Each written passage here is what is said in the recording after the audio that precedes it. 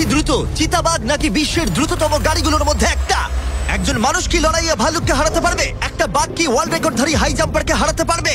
আমরা এই সব কটা প্রশ্নের উত্তর দেব, আর শুরু করব পৃথিবীর সব থেকে শক্তিশালী মানুষকে দিয়ে। ওর শক্তি আমরা পরীক্ষা করব একটা 227 কেজি ওজনের সিংহের বিরুদ্ধে টাগ অফ ওয়ার দিয়ে। তুমি কি আর কিছু বলতে চাইবে? না, করে দেখাবো। 3, 2, 1, শুরু করো। ঠিক আছে, খেলা শুরু হয়ে গেছে। ও মাই গড, ওর মুখটা দেখো, এই ষাটটার শক্তিটা দেখো। ও মাই গড। সিংহটা এখন লিটারালি বিশ্বের সব থেকে শক্তিশালী মানুষকে ধরে রেখেছে। দাঁড়াও, ও কি করছে? সিংহটা কি ঘুরে দাঁড়ালো? মনে হচ্ছে ও ব্রায়ানকে ক্লান্ত করার চেষ্টা করছে। এই দেখো, ব্রায়ান আসল প্লেনকে টানছে, কিন্তু এখনো এই সিংহটাকে টানতে পারছে না।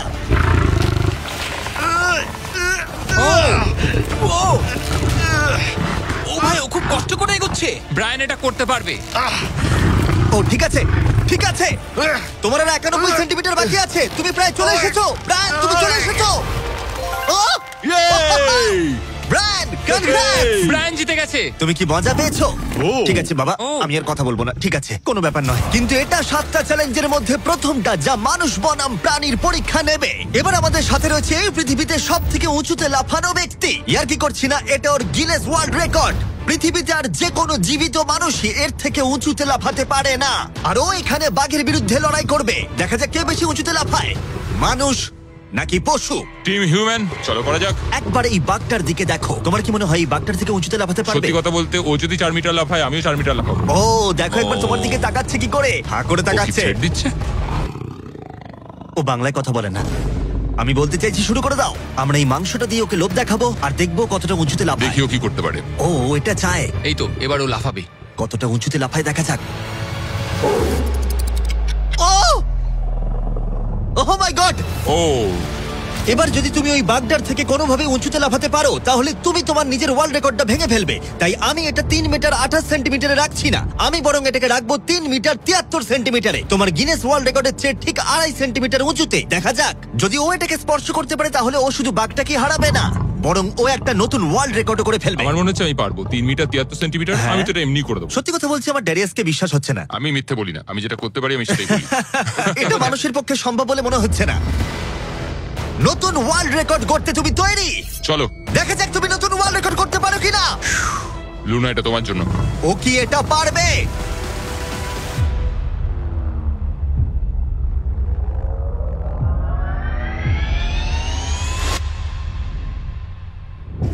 Oh my God! ও পেরেছে! এটা দারুণ ছিল!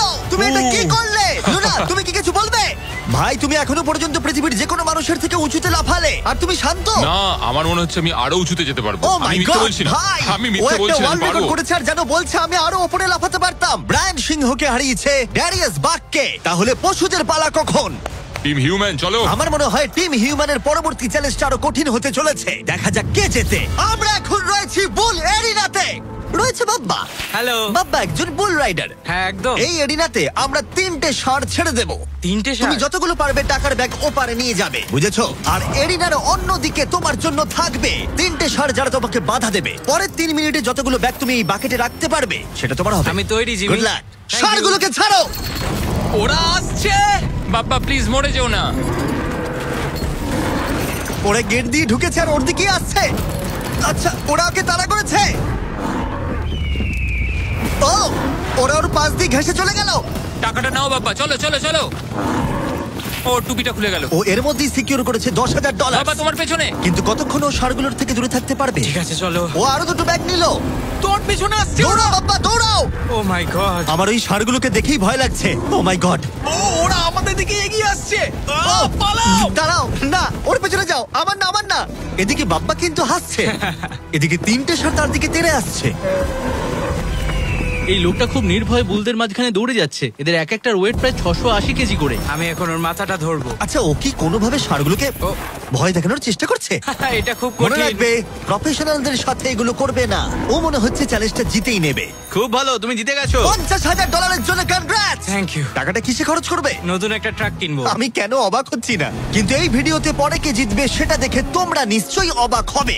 পরের চ্যালেঞ্জে রয়েছে 2টো পশু, যারা তোমাদের শরীরের প্রত্যেকটা হাড় ভেঙে দিতে পারে। ঠিক আছে নিক, হ্যাঁ, আমি এই দরজা ঢুকছি। দিয়ে এসো। খুব ভয় লাগছে এ আমার। হলো নিক, পৃথিবীর ফাস্টেস্ট মানুষের সাথে রেস করেছিল। তোমাদের মনে থাকবে প্রায় 1.6 20 কিলোমিটার এগিয়ে থেকেও ও নোয়া লাইলসের কাছে হেরে গেছিল। আর আজকে আমি তোমাকে আরেকটা সুযোগ দেব, সেটা তোমার জন্য একটু বিপজ্জনক হতে পারে। তোমার সামনে না না শুধু- না না ভাই, আমি শুধু শুতে আমাকে পারবো না বিশ্বাস ভাই। করো, না, না, বলছি না, না, শোনো, না। তোমার সামনে ভাই, ভাই, ভাই, ভাই, আমাকে ফুটেজটা ছেড়ে দাও, দেখলে ভাই। তুমি বুঝতে না। পারবে তুমি কতটা বোকা। এটা বিশ্বাস কি করো ভাই?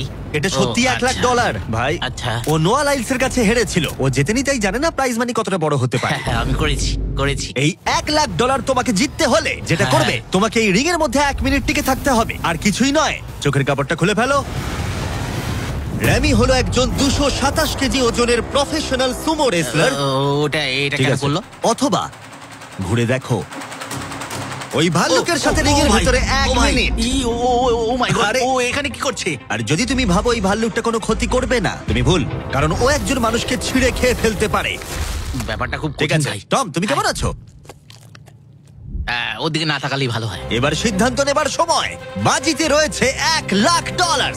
সুমো রেসলারের সাথে লড়াই করবে নাকি গ্রিজলি ভাল্লুকের সাথে? ও তোমার দিকে আচ্ছা। আসছে, ও এক্সাইটেড, সময় হয়ে এসেছে। আমি বিয়ারের দিকে যাবো না, আমি এখানে রেসলিং করবো। ও, ও ভাই, চলো ভাই, তোমার সাথে রেসলিং করি। তুমি কি ওকে চুজ করছো? মানে আমাকে তো এটা করতেই হবে, তাছাড়া আমার কোনো উপায় নেই। তোমার সাথে তোমার লাইফ ইন্স্যুরেন্স আছে?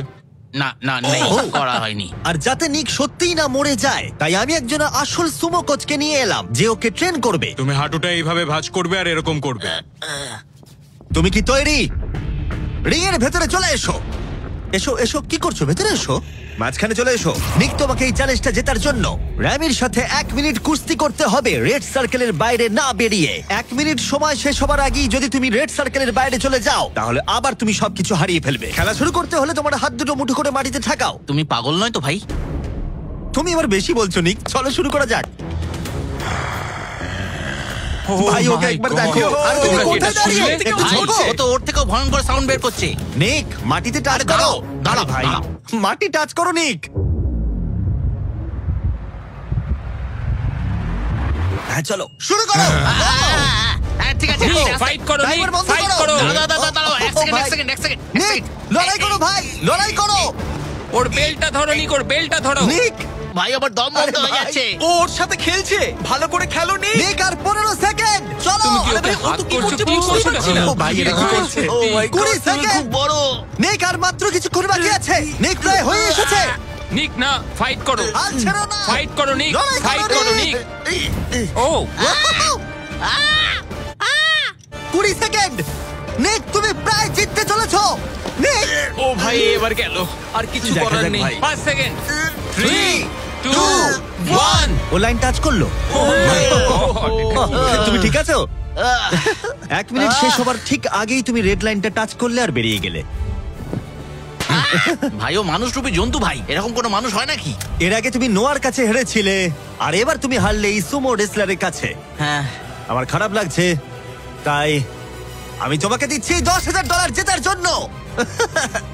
হেরে গেছে। ওয়াও, ঠিক আছে, এটা বাইরে দেখে দারুণ। নেবো। হেরো। বাইরে এসো, বাইরে দেখে নেবো। বাইরে একবার হেরো। চলো। আমরা এবার সেই চ্যালেঞ্জের দিকে যাব যেটা এই ভিডিওর সব থেকে বড় চ্যালেঞ্জ হতে চলেছে। চলো। আর এবার আমাদের সাথে রয়েছে কমেডিয়ান ট্রেভার ওয়ালেস। ট্রেভার, চোখের কাপড়টা খুলে ফেলো। ও তুমি হাতিটাকে এখানে কেন এনেছো? এই হাতিটা পৃথিবীর সব থেকে বেশি সুন্দর আঁকতে পারে, আর সেই কারণের জন্যই পরের চ্যালেঞ্জে আমরা রং করার চ্যালেঞ্জ নেব। 10 মিনিট সময়ের মধ্যে তোমরা যা খুশি পেন্ট করতে পারো, যা খুশি। যার আঁকা সব থেকে বেশি সুন্দর হবে তার আঁকা মাস্টারপিসটা একটা প্রকৃত মিউজিয়ামের ভেতরে রাখা হবে। আশা করি আমি যে ও। ও, আশা করি আমি এই হাতিটা জিতবে। আরে ঘাস খাওয়া বন্ধ করো। বাগান পরিষ্কার করতে চাইলে একটা হাতি কিনে নাও। ও ও, কান দিয়ে আমাকে চড় মারলো।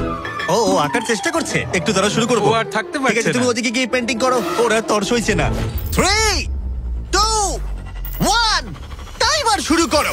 এই চ্যানেলে এটা প্রথমবার একটা হাতি পেন্ট করছে, আরো কি আঁকছে সেটা আমরা শেষে দেখাবো। আঁকো। ও আমাকে নয়, সিমি তুমি কি বলছো? আমি কি আঁকবো? একটা বিশাল স্কুল। বুঝতে পেরেছি। আচ্ছা, আমি তাহলে শুরু করব হলুদ কপার টোন তুমি দিয়ে। তাহলে এই কালারটা চুজ করছো?